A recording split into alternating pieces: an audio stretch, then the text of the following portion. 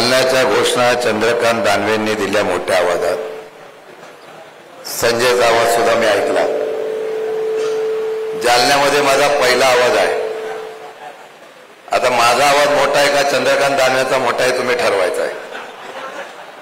मी घोषणा देतोय, हा आवाज मंत्रालयापर्यंत गेला पाहिजे एवढी माझी अपेक्षा आहे. राष्ट्रवादी शरद पवार पक्षाचा अजून जोरात, राष्ट्रवादी काँग्रेस शरद पवार पक्षाचा विजय असो, आदरणीय शरदचंद्र पवार साहेबांचा विजय असो. धन्यवाद. अध्यक्षाचा आवाज जोरात हे पहिलं कळलं पाहिजे ना. आणि या पक्षाला नव्हे तर विरोधकांना सुद्धा इथं जालन्यात कळला पाहिजे. जालन्यामध्ये माझा पहिला दौरा आहे. राज्यामध्ये 35 वर्ष राजकारण करत असताना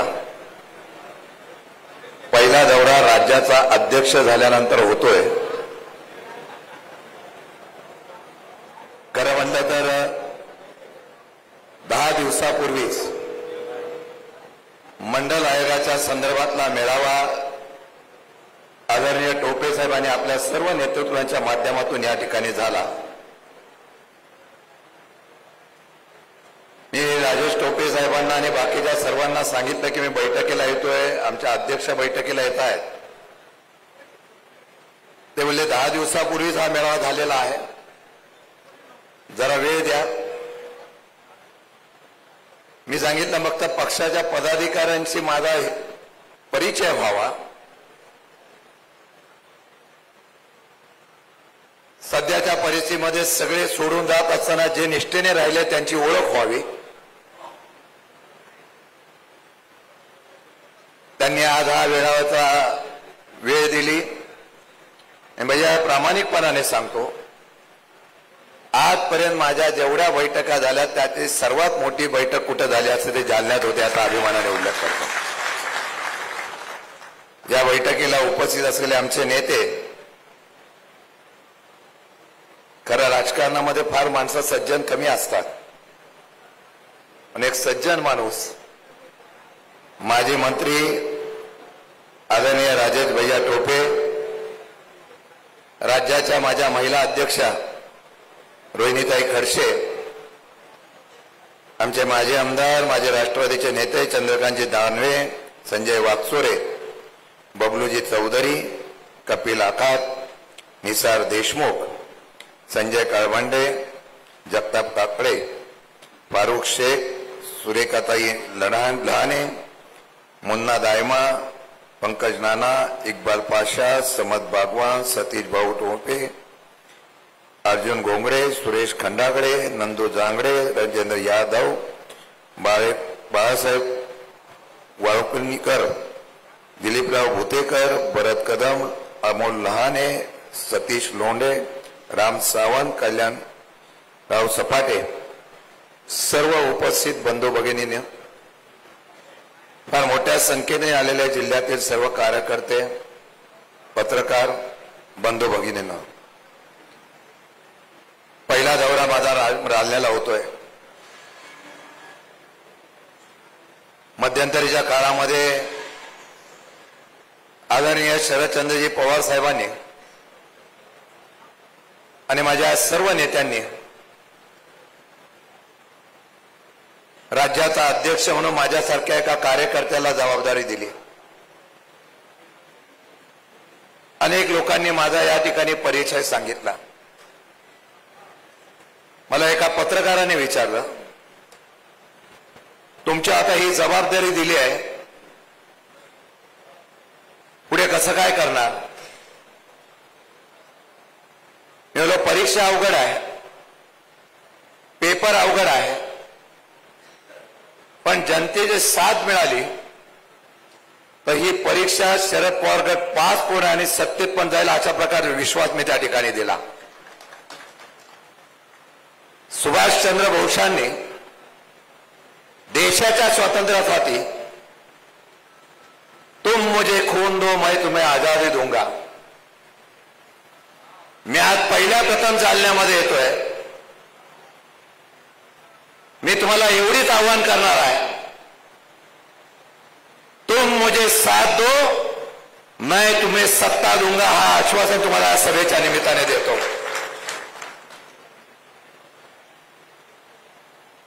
खरं म्हणलं तर राजेश भाई आहेत, संजय वाकचोरे आहेत, चंद्रकांत दानवे आहेत, बबलू चौधरी आहेत, अनेक लोकांनी लढाया केल्या.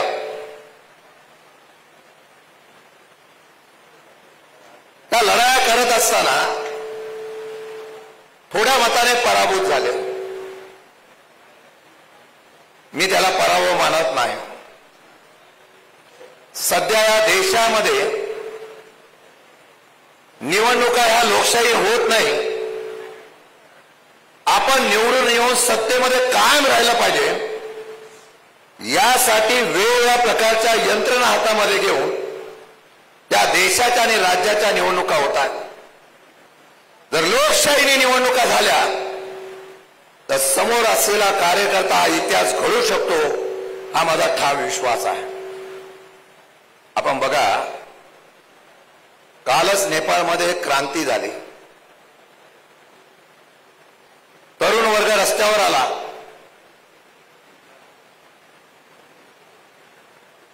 या नेपाळमध्ये एक वेगळ्या प्रकारचा उद्रेक झाला. मी त्याचं समर्थन करत नाही, पण या जगाच्या पाठीवर अनेक अशी राष्ट्र आहेत की ज्या ज्या वेळेला जनतेला अन्याय सहन झाला नाही, त्या त्यावेळेला जनतेने राष्ट्रपती भवनावर, पंतप्रधान भवन असो, सगळे आपल्या ताब्यात घेऊन क्रांती केलेली आहे. या नेपाळमध्ये सुद्धा अनेक मंत्र्यांनी राजीनामे दिले. या नेपाळमध्ये राष्ट्रपती भवनाचा ताबा सुद्धा जनतेने घेतला. या देशाचा इतिहास आहे. इंग्रजांना बाहेर काढण्याच्या संदर्भातलं जे आंदोलन झालं, त्या अहिंसेने या ठिकाणी महात्मा गांधींनी या देशाला आदर्श जगाला दाखवून दिला. मला खात्री आहे की सध्याच्या असलेल्या अन्यायाच्या विरुद्ध, शेतकऱ्यांच्या होणाऱ्या अन्यायाविरुद्ध, महिलांवर होणाऱ्या अन्यायाविरुद्ध, युवकांवर होणाऱ्या अन्यायाविरुद्ध आणि हुकुमशाहीच्या विरोधात येणाऱ्या काही काळामध्ये या भारतामध्ये सुद्धा अहिंसेची क्रांती होईल, महात्मा गांधीच्या विचाराची क्रांती होईल आणि तुमचं राज्य आल्याशिवाय राहणार नाही, हा विश्वास माझ्यासारख्या कार्यकर्त्याला आहे. आणि याच विश्वासाच्या जोरावर मी पक्ष संघटना मजबूत करण्याच्या संदर्भातून इथं आलेलो आहे. मी खात्री देतो, बदलाचे काही जिल्हे आहेत जिथे माझ्यासारख्या कार्यकर्त्याला आणि पवार साहेबांना आत्मविश्वास आहे. त्याचा उल्लेख या ठिकाणी केला गेला. लोकसभेला सर्वात जास्त खासदार महाविकास आघाडीचे कुठले निवडून दिले असतील, अनेक पक्षाचे नेते आहेत. पण आजही कुठला विषय आला, विरोधकांची टीका असो, पत्रकारांचा असो, या कोणी असो, सगळ्याचा केंद्रबिंदू आजही 85 वर्षाचा आमचा योद्धा शरद पवार असतो. आमचा नेता एवढा आमचा भक्कम आहे, आम्ही उभा आहे. सुप्रियाताई असतील, जयंत पाटील असतील, राजेश असतील, रोहिणीताई असतील, आम्ही सगळे आहोत. माझ्यापेक्षा जास्त प्रेम राजेश भैयावर आहे, पवार साहेबांचं, सुप्रियाताईंचं, जयंत पाटील सगळ्यांचं. मला वाटतं की येणाऱ्या काळामध्ये आपल्याला निश्चितपणाने या पद्धतीने काम करण्याची भूमिका घेतली पाहिजे. रोज काही ना काहीतरी आपण काम केलं पाहिजे. रोज काही ना काहीतरी या सरकारच्या विरोधात आवाज उठवला पाहिजे. एक चूक नाही, आपल्याकडे रोज नवीन काही ना काहीतरी विषयावर देतात. एवढा भ्रष्टाचार झालेला आहे. चंद्रकांत दानवेंनी सांगितलेलं आहे. माझ्याकडे एक चिठ्ठी पाठवली एकाने. त्या चिठ्ठीमध्ये त्यांनी असं लिहिलंय की माननीय साहेब, पंचायत समिती जिल्हा जालना मधील सर्व पंचायत समिती हे मनरेगा योजना, सिंचन विहीर व वृक्ष लागवडचे पैसे मागतात. विहीरसाठी 20,000 रुपये, आणि वृक्ष लागवडीसाठी 10,000 रुपये. आरामखोरांना लाजा तरी वाटल्या पाहिजे. गरिबांचे पैसे घेऊन घरकुल योजना मंजूर केली तरी पैसे द्या, अमुक घेतलं तरी पैसे घ्या. यांचं एकदा स्टिंग ऑपरेशन करूया. दानवेजी तुमचा मोर्चा तुम्ही काढा. आसूड घेऊन शशिकांत शिंदे तुमच्या मोर्चामध्ये येतो. आणि मी आज सांगतो, ज्या लोकांकडे असे पैसे गरिबांचे मागतायत त्यांची तक्रार तुमच्यापर्यंत येऊन द्या, ती आमच्यापर्यंत येऊन द्या. त्या अधिकाऱ्याला एकदा प्रेमाने सांगू, तो नाही ऐकला तर त्याच्या केबिनमध्ये घुसून त्याच्याकडून पैसे काढण्याची ताकद सुद्धा आपण ठेवू. हा शब्द तुम्हाला अध्यक्ष म्हणून देतो. लोकांना विश्वास वाटला पाहिजे की माझ्यावर अन्याय होतोय, कोणतरी माझा रक्षण करता इथं आहे. तो रक्षण करता शरद पवारांचा राष्ट्रवादी काँग्रेस पक्षाचा कार्यकर्ता झाला पाहिजे. केसेसला घाबरू नका. केसेस झाल्याशिवाय नेता होतच नसतो. आणि त्यामुळे मी जिथे जातो तिथे सांगतो, 100 लोकांची पार्टीची सुसाईड टीम बनवायची. 100 लोकांची चिठ्ठी वाजली की ते 100 लोकांनी सगळं काम सोडायचं आणि त्या कामासाठी यायचं. मग एखाद्या सामान्य कार्यकर्त्याला पोलिसाचा धाक असेल, सामान्य कार्यकर्त्याला पोलीस त्या ठिकाणी दादागिरी करत असेल, सत्तेचा सर्वात गैरवापर कोणी केला असेल, या सरकारने केलेला आहे, भाजपच्या पक्षाने केलेला आहे. म्हणून आपल्या सामान्य कार्यकर्त्याला जर वाटत असेल की मला कोणतरी पाठीमागे उभा आहे, तर तो कोणाच्या बापाला ऐकणार नाही. तो हे सत्य परिवर्तन करण्याची ताकद ठेवून राहणार आहे. म्हणून माझ्या अध्यक्षापासून युवकच्या आणि फादर बॉडीच्या सगळ्यांना सांगणं आहे, अध्यक्षांनी 100 लोकांची नावं काढा, ती नावं माझ्याकडे पण पाठवा. त्यांना घेऊन आपण जे जे प्रश्न निघतील त्या त्या प्रश्नावर तिथे तिथे जाऊन त्या लोकांना येतील त्या लोकांना घेऊन जावं. एकटा गेलं तर ते विचारणार नाही. 5-50 लोक आले तर त्या ठिकाणी विचारले जातात. भाई आम्हाला मगाशी म्हणाले की जालन्यामध्ये पाऊस फार पडलाय, प्रचंड नुकसान झालेलं आहे, आपला मोर्चा काढून हा मोर्चा तिथं न्यायचा आहे. तर सरकार सर्व रोड कोंडी करते, रस्ता बंद करते, तुम्हाला माहिती आहे. मोर्चा निघाला की तो मोर्चा यशस्वी होण्यासाठी प्रयत्न करते. भाईवाले 5-10 लोक आपण जाऊन आता कलेक्टरकडे भेटूयात. मागणी काय? त्या सरकारचं लक्ष आहे फक्त व्यवसाय आणि बिझनेस करणारी पॉलिसी सरकार करत आहे. उद्योगपतीसाठी काम करण्याचे काम करत आहे. तुमच्याकडे जालन्यामध्ये MIDC पूर्ण नाही भैया. काल एक कॅबिनेट निर्णय झाला, 8 तासाची ड्युटी 12 तास करायची. माझ्या युवकच्या पदाधिकाऱ्यांनी विद्यार्थ्यांना मी सांगतो, 8 तासाची 12 तास ड्युटी करायची म्हणजे काय? एक नोकरी कमी होते. पूर्ण पगार मिळायच्या ऐवजी अर्धा पगार तो काम करणाऱ्याला दिला जाणार आहे. म्हणजे आमची बेकारी वाढले. माझी पत्र आले असतील युवकांनी विद्यार्थ्यांना, मी पत्र दिलेलं आहे. 14 तारखेला नाशिकला 1 दिवसाचं शिबिर आहे, 2 दिवसाचं शिबिर असतं. मी साहेबांना आणि आमच्या सर्व नेत्यांना विनंती केली, ऐकणारे पण आम्हीच, बोलणारे पण आम्हीच. त्याच्या दुसऱ्या दिवशीचा मोर्चा हा महाराष्ट्राचा काढायचा असेल, हल्ली मुंबईला मोर्चा काढण्याच्या संदर्भातली परवानगी देतात काय तुम्हाला माहिती आहे? आझाद मैदानला सुद्धा कोंडी करतील. मी तुम्हाला सांगतो, साहेबांना मी विनंती केली, नाशिकमध्ये सुद्धा अतिवृष्टी झाली, जालन्यामध्ये पण झाली, निकष बदलले नाही. सभागृहामध्ये आम्ही पोटतिडकीने बोललो, आपण सगळ्यांना मदत करण्याच्या भूमिका घेताय, सरकारचा पैसा वारेमाप लुटताय. आमची विनंती आहे तुम्हाला की ओला दुष्काळ जाहीर करा. कधी नव्हता, मे महिन्यापासून पाऊस सातत्याने पडतोय. माझ्या सोयाबीनला भाव नाही, माझ्या कापसाला भाव नाही, माझ्या तुरीला भाव नाही. प्रत्येक शेतकरी अडचणीत आलेला आहे. तुम्ही आश्वासन दिलं मी कर्जमाफी करतो, निवडणुका येईपर्यंत सांगतायत की आम्ही योग्य वेळी कर्जमाफी करू. आता आम्ही हक्काने कर्जमाफी घेण्याचा विचार करतोय. 15 तारखेला नाशिकला महाराष्ट्रातला शेतकरी एकत्र येणार आहे. पहिला आवाज या महाराष्ट्रामध्ये शेतकऱ्यांचा कोण उठवणार असेल तर शरद पवारांचा राष्ट्रवादी काँग्रेस पक्ष उठवणार आहे. आणि 15 तारखेला आपण सगळेजण एकत्र येऊन अख्ख्या राज्यातल्या जिल्ह्यातले निवेदन देणार आहोत आणि मुख्यमंत्र्यांना सांगणार आहे ओला दुष्काळ जाहीर करा. एवढा निकषात बसत नाही. 65 मिलीमीटर पाऊस पडला पाहिजे. आता एकाच दिवशी एकाच ठिकाणी पाऊस 65 मीटर पडला, यांच्या बापाचं मोजमाप काय कमी पडतं का काय? पण लोकांना द्यायचं नाही. लढाई आपली आहे. दिलं तर घेऊ, नाही दिलं तर हिसकून घेऊ, ही प्रवृत्ती ठेवून आपण काम करायचं आहे. या आंदोलनानंतर माझं दुसरं आंदोलन असणार आहे. ते माझ्या युवकांना आणि विद्यार्थ्यांसाठी असणार आहे. माझ्या जालन्यामध्ये MIDC आहे, मोठमोठे स्टीलचे प्लांट आहेत.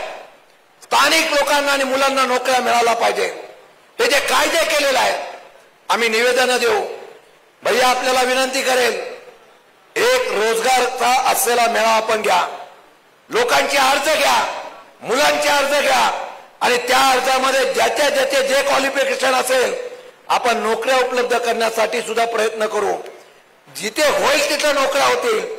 नाहीतर आमचे युवक आणि फादरचे कार्यकर्ते जातील, जिल्हाधिकाऱ्याला सांगतील या सरकारी भरत्या जो तुम्ही बंद केलेल्या आहेत त्या भरत्यामध्ये इथल्या लोकांना आणि तरुणांना नोकऱ्या मिळाल्या पाहिजे. एवढंच नव्हे तर MIDC मध्ये सुद्धा जातील आणि औद्योगिक क्षेत्राच्या संघटनेला आणि अधिकाऱ्यांना सांगतील इथल्या मुलांना नोकऱ्या मिळाल्या पाहिजे. त्यांना नोकऱ्या मिळवून देण्याचं काम आता पुढचं आंदोलन हे महाराष्ट्रामध्ये राष्ट्रवादी काँग्रेस पक्ष करणार आहे. ही 2 आंदोलन आपण मोठी करायचा योजना एवढीच करणार आहोत की आमचा पक्ष लक्षासाठी लढतोय अशा प्रकारचं काम निश्चितपणे आपण या ठिकाणी करणार आहोत. 10 तारखेला उद्याच महाराष्ट्रामध्ये जनसुरक्षा कायद्याच्या संदर्भातलं आपलं आंदोलन आहे.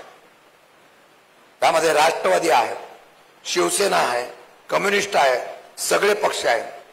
कायदा काय? हुकुमशाही चालली हो. या कायद्यामध्ये लोकांना आंदोलन करण्याचा अधिकार सुद्धा राहणार नाही अशा प्रकारचा कायदा आहे. त्याला आवाज उठवण्याचं काम अख्ख्या महाराष्ट्रामध्ये जिथे थोर पुरुषांची महापुरुषांचा पुतळा असेल तिथे तिन्ही पक्ष एकत्र येतील आणि त्यामध्ये ते आंदोलन करून या असलेल्या निर्णयाचा निषेध करण्याचा प्रयत्न निश्चितपणाने करणार आहे. देशामध्ये जबरदस्ती कायदे लावले जात आहेत. वेगवेगळ्या प्रकारचे अधिकार आपले दाबण्याचा प्रयत्न होतोय. आज याच्या संदर्भामध्ये आपण निश्चितपणाने काम करणं गरजेचं आहे.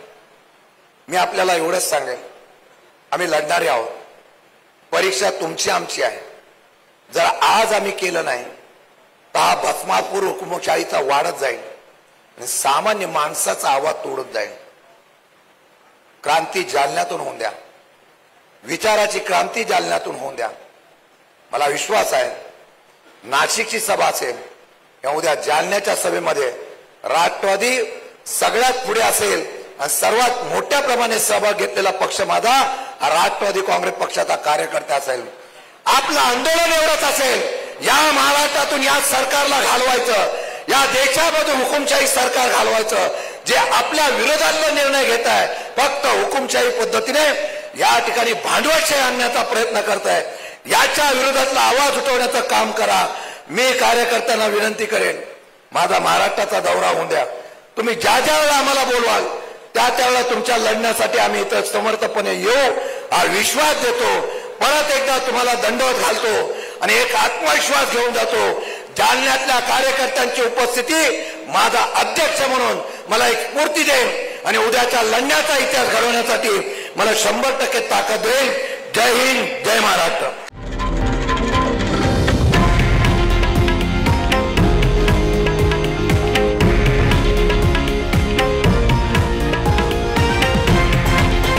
हे आहे देशातील नंबर 1 न्यूज नेटवर्क आणि आपण पाहत आहात TV9 मराठी, एकमेव.